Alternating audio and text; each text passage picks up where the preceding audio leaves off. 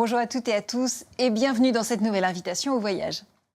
Au programme aujourd'hui, une échappée en Nouvelle-Zélande aux côtés d'un Autrichien qui a totalement craqué pour cette jungle et pour la philosophie écolo des Maoris. Nous serons à Kawakawa avec le peintre Hundert Wasser. Il incarne l'élégance à la française, le Bordeaux. Mais boire un Bordeaux, c'est boire aussi anglais, hollandais, américain ou chinois. La dégustation, ce sera à Bordeaux, tiens donc, et dans sa région, pour l'héritage. Le dépaysement passera par nos papilles à Istanbul. Aujourd'hui, nous apprendrons à préparer un mezze que l'on adore en Turquie, des boulettes de lentilles et de boulgour. Vous en mangez combien en général? On ne compte pas, mais je pourrais dire entre 5 et 10. 5-10 facile, oui. Tu vas devoir tout manger. Nous, on en mange tout le temps, mais toi, non. Quand tu rentreras à Paris, tu vas avoir pris quelques kilos. Enfin, à Berlin, nous reviendrons sur l'histoire d'un chef de la police coriace, un défenseur ardent de la démocratie qui donna du fil à retordre aux nazis, à Goebbels en particulier. Et tout de suite, c'est la devinette. Pourquoi surnomme-t-on le vélo la petite reine? Aujourd'hui, le vélo est perçu comme un moyen de transport écologique et relativement peu onéreux. Pourtant, à la fin du 19e siècle, la bicyclette est rare et réservée aux élites fortunées européennes. Mais c'est pour une autre raison qu'on la surnomme la petite reine. Laquelle? La réponse, ce sera comme d'habitude en fin d'émission. Mais avant, on risque bien de s'enraciner en Nouvelle-Zélande, de trouver un petit coin de paradis là-bas pour vivre en autosuffisance, comme le peintre Hundert Wasser, notre inspiration. Celui qui débarque ici atterrit dans un autre monde. Des forêts de palétuviers à feuilles persistantes qui forment des figures bizarres, la jungle avec la ligne interminable de lianes, la fougère géante et l'épicéa kaori millénaire. Lorsqu'il découvre la Nouvelle-Zélande en 1973, Friedensreich Hundert Wasser est déjà un peintre célèbre dans son Autriche natale et même au-delà. À 45 ans, il a élaboré toute une œuvre picturale aux formes organiques et aux couleurs vibrantes. Le fruit d'une quête insatiable chez cet écologiste d'avant-garde pour faire surgir le vivant dans l'art. Le vivant, il est là, partout, justement, dans ce nord verdoyant de la Nouvelle-Zélande. Si généreux, si puissant, si rassurant que Hundert Wasser va y faire jaillir une œuvre plus prolifique que jamais, mais aussi, pour la première fois, de nouvelles architectures. Comme si la Nouvelle-Zélande offrait à l'ancien enfant pauvre de Vienne, lacéré par le cauchemar du nazisme, le refuge salvateur dont il a tant rêvé. Le soir, au moment du coucher, sa mère lui racontait des histoires. Elle lui parlait d'un pays exotique, très lointain, où les gens étaient éveillés pendant que lui dormait, et inversement. Et toutes ces histoires ont dû faire naître en lui le désir de découvrir cet endroit magique situé de l'autre côté du monde.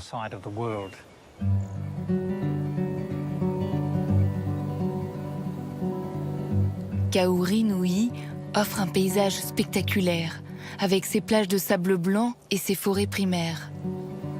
Mais quand Hundert Wasser trouve un terrain à acquérir au milieu de nulle part, ces terres sont alors dédiées à l'agriculture intensive et le paradis rêvé à piètre mine. Quand il a envisagé d'acheter l'endroit et qu'il est venu le visiter, le propriétaire était tellement désireux de conclure la vente qu'il avait brûlé la forêt pour agrandir les pâturages et montrer que c'était une terre productive, un bon investissement. On raconte que Hundert Wasser se serait approché de lui et lui aurait lancé « Si vous allumez encore un seul feu, je renonce à acheter ». Il ne pouvait pas supporter de voir la nature ravagée comme ça par le feu. Cette nature, en partie dévastée, Hundert Wasser entreprend de la réparer. Les paradis ne peuvent être créés que par l'individu, dit-il. Avec l'aide de voisins et l'apport intarissable de la pluie, si abondante ici, il se façonne sur près de 200 hectares un Éden planté de pins, hêtres, peupliers, kaoris, rimous, et baptise sa terre promise, la vallée des désirs perdus. Il a planté toutes sortes d'arbres, indigènes mais aussi exotiques, des centaines de milliers d'arbres. Il considérait tous les arbres comme essentiels à la survie de la planète. Ce très bel étang ici, qui est maintenant florissant, c'est lui qui l'a créé. Mais il était en proie à un profond dilemme. Il y avait une zone humide à cet emplacement, un petit marécage. Or, comme nous le savons, les zones humides sont riches en biodiversité et jouent un rôle important dans l'écosystème. Il a trouvé un compromis en laissant les marécages en haut et en aménageant des étangs et des canaux en bas. Et quand il se remplissait d'eau, il descendait par une échelle et se mettait à nager. Dans ce paradis rétabli, l'artiste se fait en créateur. Il creuse une grotte qui, à son grand bonheur, grouille de vivants. Un jour, Hundertwasser m'a dit que tout le monde devrait avoir une grotte sur ces terres pour faire l'expérience de ses propres origines. Et pour retisser le lien originel avec la nature, source de vie, sans relâche, il peint. Il venait ici, il s'immergeait dans la nature pour peindre. Dans sa peinture, la spirale était un élément central. Or, elle est très présente en Nouvelle-Zélande, avec les fougères. Peindre lentement, aussi lentement que pousse un arbre. Laisser les choses passer comme volent les nuages, irrégulièrement, comme l'eau qui coule dans le delta. Dans sa vallée des désirs perdus, le peintre laisse libre cours à une autre aspiration, celle d'inscrire dans le bâti sa soif d'harmonie avec la nature. Ainsi prend forme en 1979 la Bottle House, la maison en bouteille, prélude aux principes précurseurs de son architecture, l'autosuffisance et le réemploi. Des principes qu'on retrouve ensuite dans toutes ses constructions, comme dans la Pixty, la porcherie.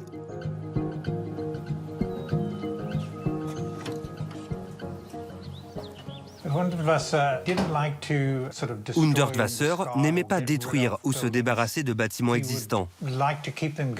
Il préférait les maintenir en activité et leur donner une nouvelle vie en quelque sorte.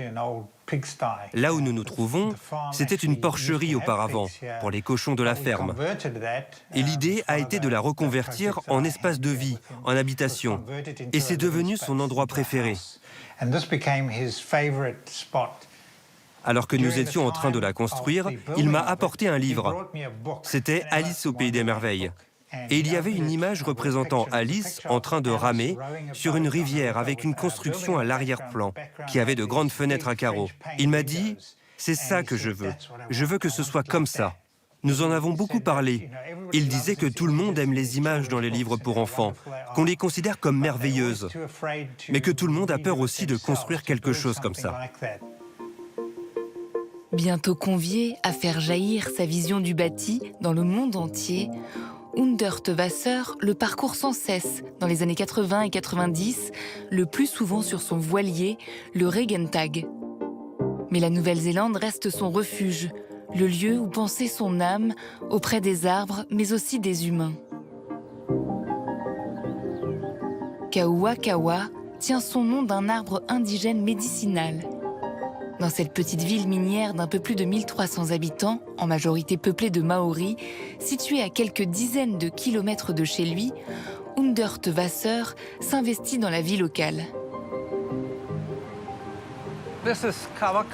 Dans le centre de Kauakaua où nous sommes, j'ai souvent marché avec Friedrich. Il aimait beaucoup ça parce qu'ici, personne ne le connaissait. Il n'était pas le célèbre peintre Hundertwasser. Il était juste Friedrich. Il se promenait avec ses sandales en caoutchouc, son vieux pantalon et son pull débraillé. Son panier parfois. Il avait un peu l'air d'un vagabond, mais il aimait ça. Il n'aimait pas se faire remarquer. Il savourait le fait qu'à Kauakaua, il était l'un des leurs. Il faisait partie de la communauté.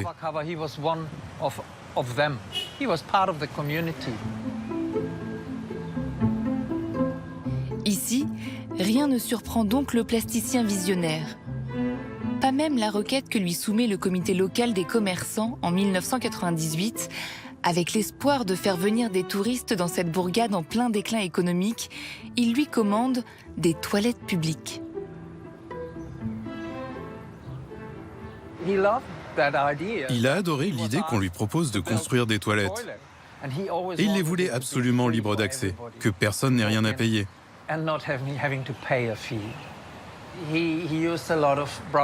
Il aimait utiliser des morceaux de céramique brisés et voir les artisans les agencer librement, et non pas d'une manière rigide, comme ces sols irréguliers. Il a construit par la suite de magnifiques bâtiments en Europe, en Amérique et au Japon.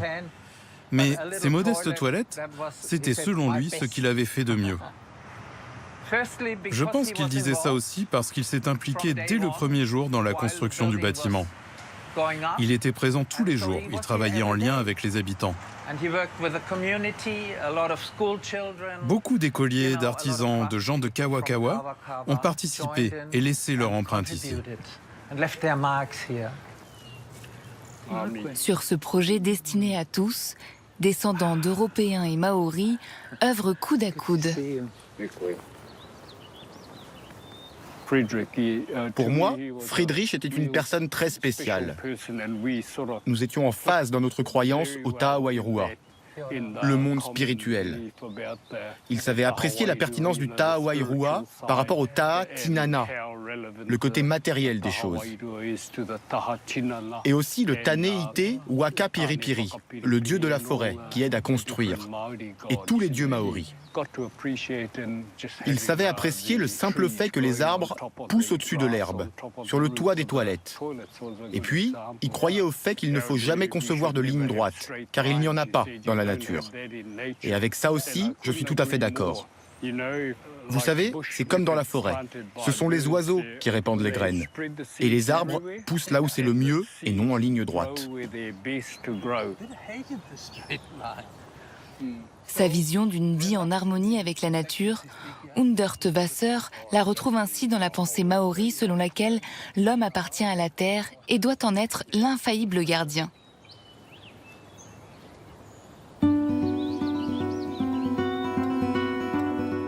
Une vision qu'il insuffle à nouveau dans le musée qu'il conçoit en 1993 pour la ville de Whangarei, la capitale régionale du Northland. Whangarei, qui évoquerait en maori le lieu de rassemblement des baleines, est une ville tournée vers le Pacifique. La mer, l'eau, sont les éléments nourriciers d'Hundert Wasser, dont le nom d'artiste signifie « laissante eau ». Quand on a demandé à Hundert Wasser de concevoir un centre artistique, il a voulu qu'il soit situé près de l'eau. C'était donc l'endroit idéal, juste à côté des voiliers, pour lui qui adorait la voile. Et par chance, il y avait là un bâtiment qu'il considérait comme très laid, avec des lignes droites, sans aucun intérêt. Il y a vu une formidable opportunité pour le transformer en quelque chose de beau. Car c'était ça précisément son éthique, transformer des bâtiments laids en quelque chose à visage humain. Une architecture qui n'est pas du goût de tous ici. Face à la levée de boucliers de l'opposition conservatrice de la ville, il faut attendre 22 ans avant que le projet de musée voie le jour, en véritable manifeste de la philosophie de l'artiste. Pour Hundert Wasser, prendre quelque chose à la nature, en construisant un bâtiment par exemple, c'était voler un morceau de nature. On devait donc lui rendre quelque chose.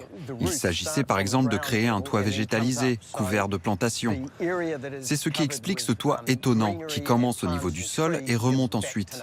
La partie recouverte de verdure, de plantes, d'arbres, est ce qu'on restitue à la nature. Et c'était essentiel pour lui. Redonner vie à la végétation et s'immerger en elle jusqu'à en faire partie. C'est là le souhait de Hundert Wasser. À sa mort en 2000, il est enterré, selon ses vœux, parmi les arbres de sa vallée des désirs perdus. Regardez la taille de l'arbre Friedrich maintenant. Il arrive à maturité. Le fait d'être enterré ici, dans le jardin des morts heureux, c'est quelque chose qu'il avait prévu depuis longtemps. J'ai hâte de devenir humus et d'être enterré nu, sans cercueil, sous un hêtre planté par moi-même, sur ma terre d'Aotearoa. Ainsi, l'on n'est pas mort, mais on vit à travers l'arbre. Par son propre corps, on rend à la nature quelque chose de ce que nous lui avons pris. D'où la bonne conscience et les morts heureux.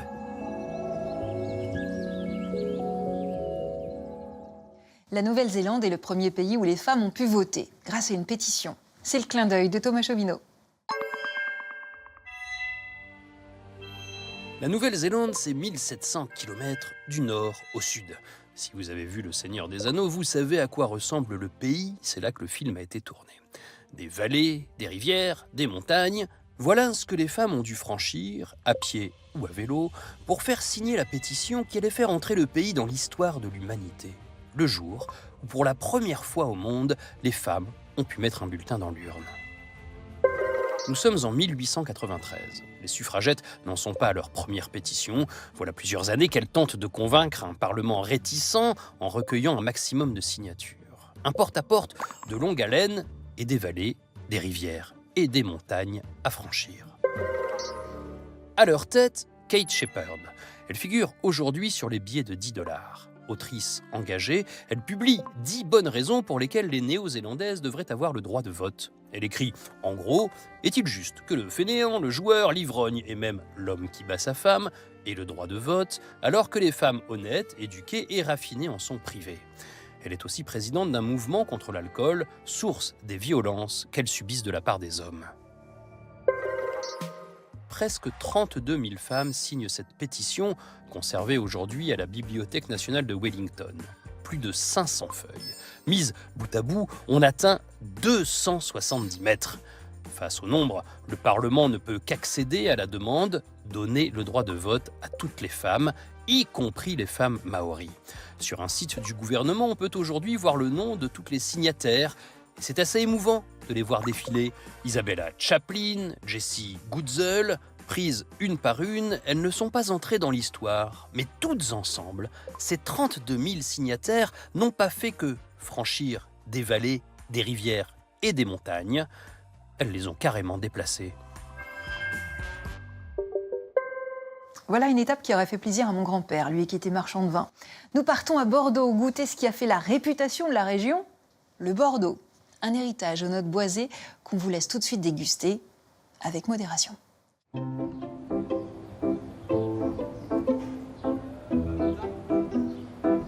Dans les étroites rues de Bordeaux, il se murmure qu'elle serait la capitale mondiale du vin. Une suffisance bordelaise, penseront certains. Une intime conviction, répondront les locaux. Historiquement, ce vin très réputé, si français, se nourrit pourtant infiniment d'influences étrangères. Le monde entier n'a cessé de se l'arracher. En témoigne cet antre de dégustation au cœur de la ville où se pressent des amateurs venus de lointaines contrées. Le vin de Bordeaux, c'est excellent. C'est magnifique. J'aime vraiment ça. Mon rêve en venant ici n'était pas particulièrement d'acheter un domaine et de créer mon propre vin. Mais après avoir testé ce goût, qui sait, peut-être. Cette passion des étrangers pour le Bordeaux est une force, mais aussi une faiblesse pour nombre de détracteurs qui lui reprochent d'avoir perdu son âme. Dès le Moyen-Âge, puis au fil du temps, il est passé de main en main et a échappé aux Français.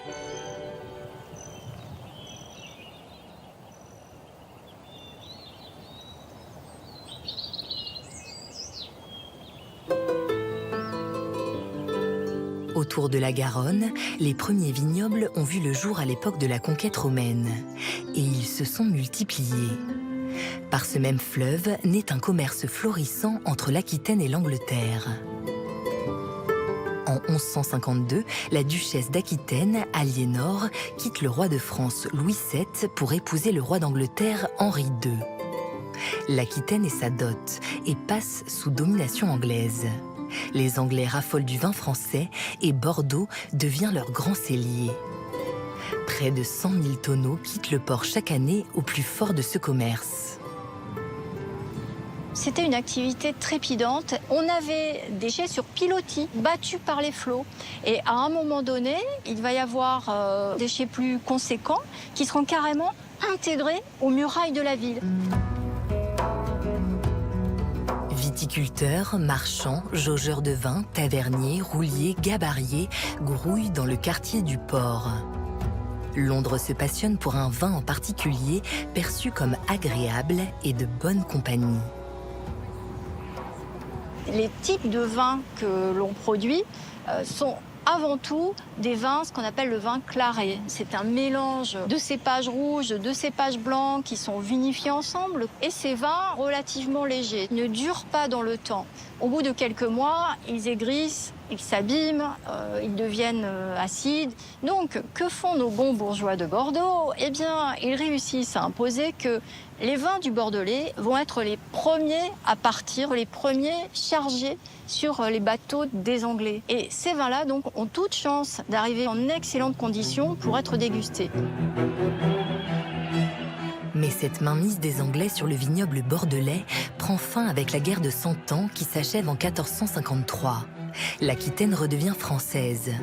Pendant plus de 20 ans, les navires anglais ont officiellement interdiction de circuler sur la Garonne. De puissants marchands et armateurs saisissent alors l'occasion pour s'y installer, les Hollandais. Grâce à eux, la ville connaît bientôt un nouvel âge d'or. Nous sommes ici devant un quartier que les Bordelais connaissent bien, qu'on appelle le quartier des Chartrons.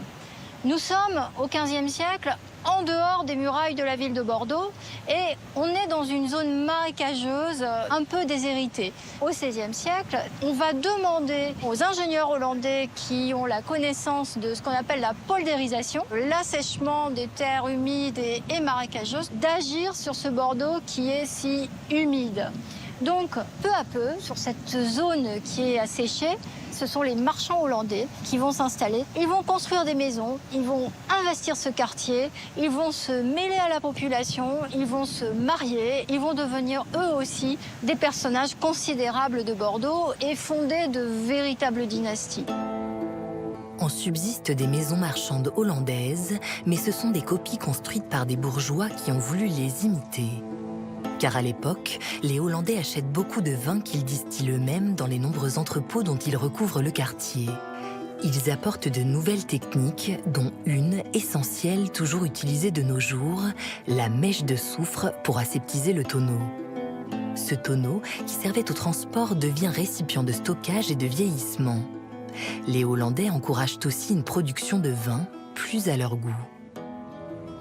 Contrairement aux Anglais donc, qui adoraient les clarets, les Hollandais vont s'enticher de vins beaucoup plus rouges, de ce qu'on appelle les vins de palu. La macération se faisait plus longtemps sur les pots et peu à peu, donc, les techniques s'affinent. Et donc ces vins de palu, ces vins qu'on appelait les vins noirs, qui au départ étaient des vins peu prisés, des vins pour le peuple dirais-je, vont en quelques dizaines d'années devenir les nouveaux grands vins de Bordeaux.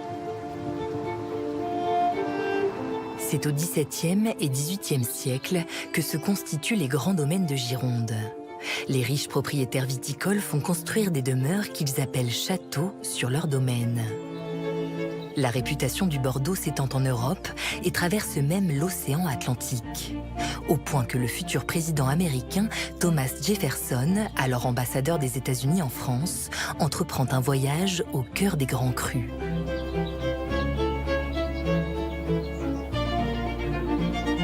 En mai 1787, ce grand amateur de vin visite le château Aubryon.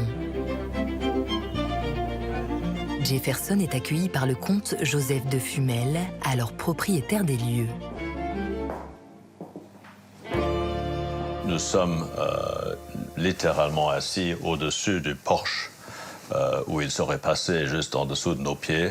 J'ai aucun doute que le comte de Fumel attendait sur place sur le perron du château. Ils ont dû déjeuner avec un très bon vin d'Aubryon. Le comte de Fumel a sorti quelques belles bouteilles. Dès le lendemain, enthousiaste, Thomas Jefferson écrit à son beau-frère pour lui proposer d'acheter avec lui 6 douzaines de bouteilles de ce qu'il qualifie dans sa lettre de meilleurs vins de Bordeaux. Une passion qu'il va entretenir toute sa vie. Devenu président des États-Unis, il ne cesse de défendre l'importation des vins français dans une Amérique où les spiritueux sont rois. Le témoignage d'une époque qui s'incarne dans une lettre achetée par l'actuel propriétaire du château Aubryon et conservée tel un trésor. Ce qu'il dit à travers cette lettre, c'est que finalement, il faut moins taxer les vins que les spiritueux, parce que c'est plus sain de boire de temps à autre des grands vins que de boire des spiritueux. Il y a la citation qui est bien connue de cette lettre où il dit « No nation is drunken where wine is cheap, and none sober where the dearness of wine substitutes ardent spirits as the common beverage ». Je trouve ça particulièrement émouvant et les discours n'ont pas tellement changé depuis lors. En 1878, le phylloxéra, ce parasite qui ravage les vignes, atteint le château Aubryon, comme le reste du vignoble français. Pour faire face à cette maladie, on a dû retourner aux États-Unis et récupérer des porte-greffes qui étaient immunisés à cette maladie, de les ramener ici. On les utilise encore aujourd'hui. Alors ça forme le lien physique de la France et des États-Unis parce qu'on greffe nos meilleurs cépages sur une racine finalement qui est profonde dans l'histoire de plusieurs siècles, mais aussi profonde par les liens de ces deux peuples. Ces liens s'accentuent plus encore durant les années 1980. Producteurs et amateurs de vin sont focalisés sur les avis d'un critique vinicole américain, Robert Parker, qui impose son goût pour des vins concentrés et boisés. Dans son guide Parker, très discuté, il traduit ses sensations par des notes plutôt que par des mots. Certains producteurs bordelais font fortune avec un Bordeaux parkerisé, caractérisé par une méthode de production stéréotypée et dont, pour beaucoup, le goût s'est appauvri. C'est pourtant ce goût réputé qui va attirer des amateurs du monde entier, parmi lesquels des Chinois. Depuis 2008, ils ont acquis près de 150 domaines viticoles de la région. 6 domaines, dont le château Bourdicotte, ont été ainsi achetés par une famille, les You, qui ont choisi un Français pour les administrer. La moitié de leur production est vendue en Chine avec un goût adapté. Lorsque vous vous baladez en Chine, très fréquemment, voire tout le temps, on vous sert de l'eau tiède et pas de l'eau froide, ça la rend plus ronde, plus douce, plus facile à boire. C'est un petit peu le même concept qu'on va rechercher dans le vin. On va toujours chercher des vins qui vont être plus souples, plus ronds, plus doux et sans tanins astringents ou amers. On a des Chinois qui veulent des vins qui ne soient pas agressifs. Il n'empêche, lorsqu'on veut un vin qui soit consommable, il faut attendre que les tanins s'assagissent. Là-bas, en Chine, ils n'ont pas cette culture d'attendre. On achète parce que ce soir, on a un repas ou on achète parce qu'on doit faire un cadeau à son beau-père. Il faut que ce soit consommable aussitôt. Certains châteaux, en changeant de main, ont vu leur nom modifié en lapin impérial, lapin d'or ou antilope tibétaine. Mais la famille You, elle, n'a changé que l'étiquette. Si les étiquettes pour le marché européen demeurent classiques, celles créées pour les Chinois sont ornées d'une licorne. La licorne, pour les Chinois, ça reste un animal mythique, indomptable, et donc une sorte de parallèle entre la nature, qu'on ne dompte pas, et cette licorne. Et puis le fait de lui avoir mis des ailes, c'est notre activité bio qui permet à la nature de se libérer, de reprendre ses droits. Si la famille You a la réputation de prendre soin de son domaine, un tiers des châteaux rachetés par des Chinois sont aujourd'hui à l'arrêt et laissés dans un état d'abandon total. En cause, le choc des cultures, la pandémie et les autorités chinoises qui freinent les sorties des capitaux. Il fut un temps, c'était compliqué parce que les gens ne comprenaient pas exactement si la vigne, ça se taillait ou si ça se semait. On a une vendange par an, donc une fois qu'on a fait une quantité, on ne doit pas en faire plus. Ça s'est estompé parce qu'on a affaire à des gens qui sont à l'écoute, qui sont intelligents, qui sont venus visiter, qui ont aussi des notions agricoles. Le vignoble bordelais connaît une autre crise, un dispositif massif d'arrachage financé par le gouvernement pour lutter, entre autres, contre une surproduction de vin et une surconsommation de pesticides. Au cœur des vignobles, une nouvelle génération de viticulteurs tire les leçons du passé. Ils sont une trentaine, regroupés dans l'association Bordeaux Pirates, tous résidant en Gironde, cultivant en bio et proposant des vins innovants. Comme au château Casbonne, à Saint-Pierre-de-Mons, au sud de Bordeaux. Moi, je reviens aux origines. Mon travail consiste à replanter tous les cépages qu'il y avait autrefois dans nos vignes. J'en ai trouvé 70. C'est un rêve d'enfant de se dire que les vins qu'on fait goûter aujourd'hui, ils n'ont pas été goûtés depuis un siècle. Je cherche des cépages qui sont adaptés aux critères du réchauffement climatique. C'est aussi l'opportunité de rechallenger le goût du vin de Bordeaux avec un certain consommateur qui s'est détourné du vin de Bordeaux parce que le vin de Bordeaux était trop tannique, trop structuré, trop boisé.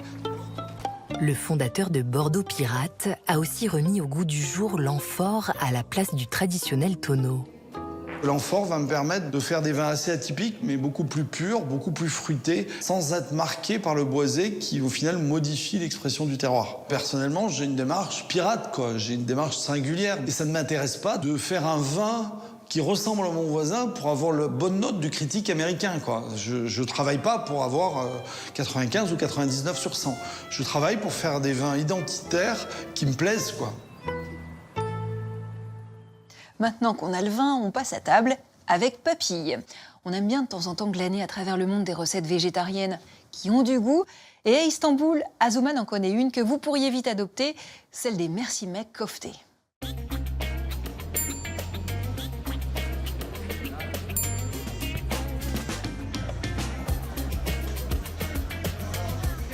Nous sommes dans le quartier d'Üsküdar et nous allons faire les courses pour préparer des kefta aux lentilles. J'ai déjà des lentilles corail et là nous allons acheter du boulgour. Ces kefta à base de légumineuses et d'épices sont vraiment originales et délicieuses. C'est un plat typiquement turc.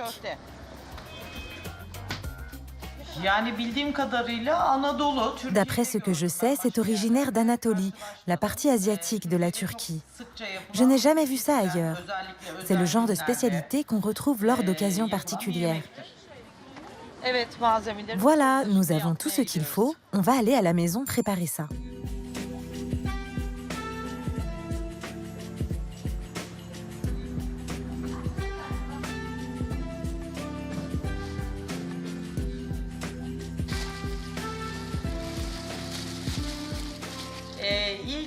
La première chose à faire, c'est de verser nos lentilles dans une casserole pour les mettre à bouillir.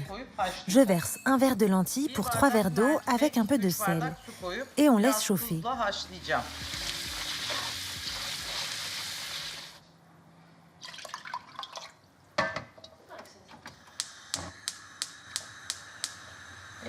Maintenant, je vais émincer les oignons et le persil que l'on va utiliser ensuite.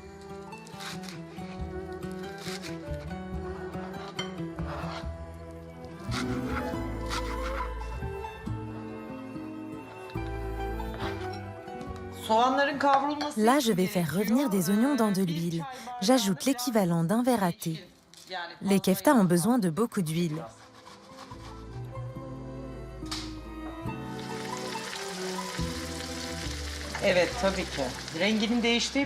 Regardez, les lentilles ont changé de couleur, ça montre que c'est cuit. On va ajouter le boulgour, puis éteindre le feu et refermer la casserole pour que ça puisse cuire.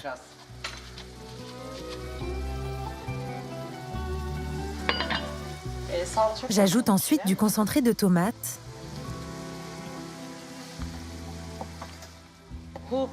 puis du piment, 2 cuillères à café de cumin et du poivre.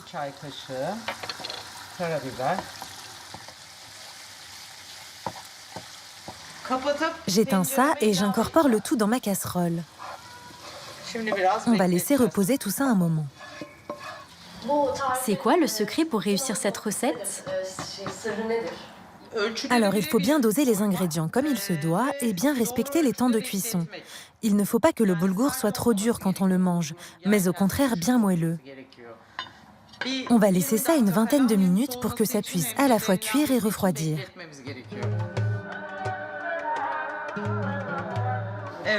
Voilà, c'est bon. On va pouvoir passer à l'étape suivante. Mais juste avant, j'ajoute un peu de mélasse de grenade.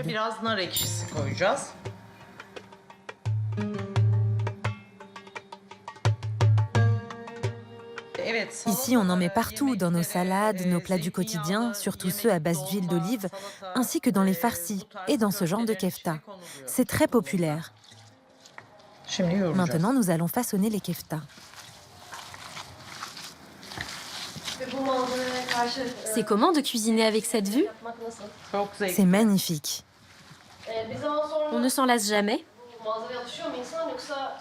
Avec le temps, on peut s'en lasser. Généralement, je finis par allumer la télévision.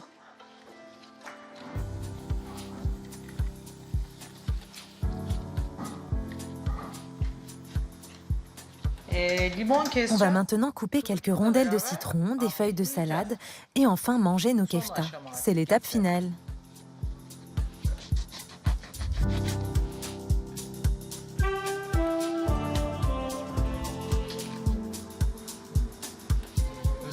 Ils sont réussis.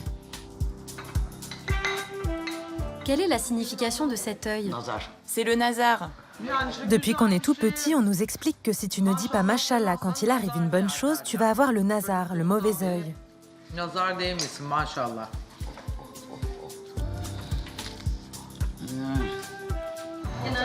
Vous en mangez combien en général?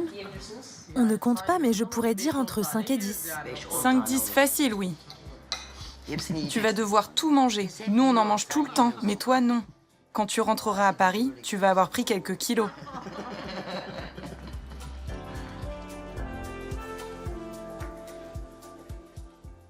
De toute façon, la tendance est au body positive, alors on arrête de culpabiliser. Allez, on file à Berlin maintenant. On va s'arrêter à la station de métro Alexanderplatz pour vous raconter l'histoire d'un héros incontournable de la démocratie.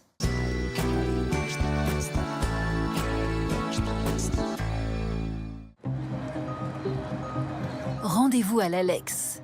Berlin, Alexanderplatz. Depuis la réunification, cette immense place a retrouvé sa vocation de point névralgique de la capitale allemande. Longtemps, l'ombre de la police flottait sur l'Alex. C'est là que se trouvait son siège. Dans les années 20, au sein de la police berlinoise, un homme est déterminé à combattre les ennemis de la démocratie avec son arme, le droit.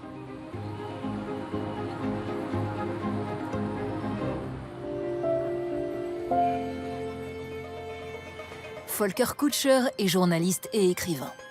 Il revient sur le destin du plus déterminé des anti-nazis. Bernhard Weiss a fait ses preuves pendant la Première Guerre mondiale. Il a gravi les échelons jusqu'au grade de capitaine, une carrière très inhabituelle pour un Allemand de confession juive, et a effectivement été nommé à la police dès 1918, avant même la fin de la guerre. Au début de la République de Weimar, il a mis en place la police politique, puis il est devenu chef de la police criminelle, et ensuite, en 1927, préfet de police adjoint de Berlin. À l'époque, la capitale allemande est un bastion rouge, mais les chemises brunes commencent à y prendre pied. En 1926, le NSDAP, le Parti national-socialiste des travailleurs allemands, s'implante à Berlin. Son chef local est Joseph Goebbels. Goebbels était déjà très habile à l'époque pour attirer l'attention. Bien que les nazis soient un petit parti dissident, il a commencé à attaquer des communistes avec l'aide des SA, peu après l'entrée en fonction de Bernhard Weiss, pour créer des troubles.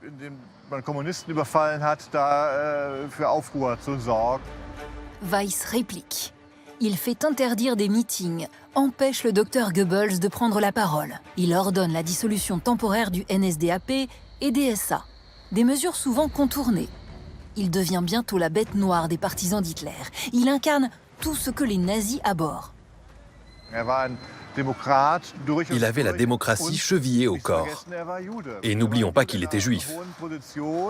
Il avait une position élevée. Et pour les nazis, avec leurs pensées racistes, c'était l'adversaire et l'ennemi idéal pour dénigrer toute la République. C'est une République juive. Cela n'a rien d'allemand. Cette démocratie est une chose juive. La presse nazie se déchaîne, en particulier Der Angriff, l'Attaque en français, le journal créé par Joseph Goebbels en 1927. Der Angriff dénigrait régulièrement Bernhard Weiss, en l'appelant Isidor Weiss, en guise de sobriquet. Le tout était accompagné de caricatures antisémites. Isidore, ce prénom supposément juif, fait hurler de rire les nazis. Le préfet de police adjoint réplique alors aux injures publiques, non pas par voie de presse, mais par la voie judiciaire. Et c'est contre cela que Bernhard Weiss a porté plainte encore et encore, avec beaucoup de persévérance. Pour autant que je sache, il y a eu plus de 60 procès intentés par Bernhard Weiss contre Goebbels. Et il les a tous gagnés.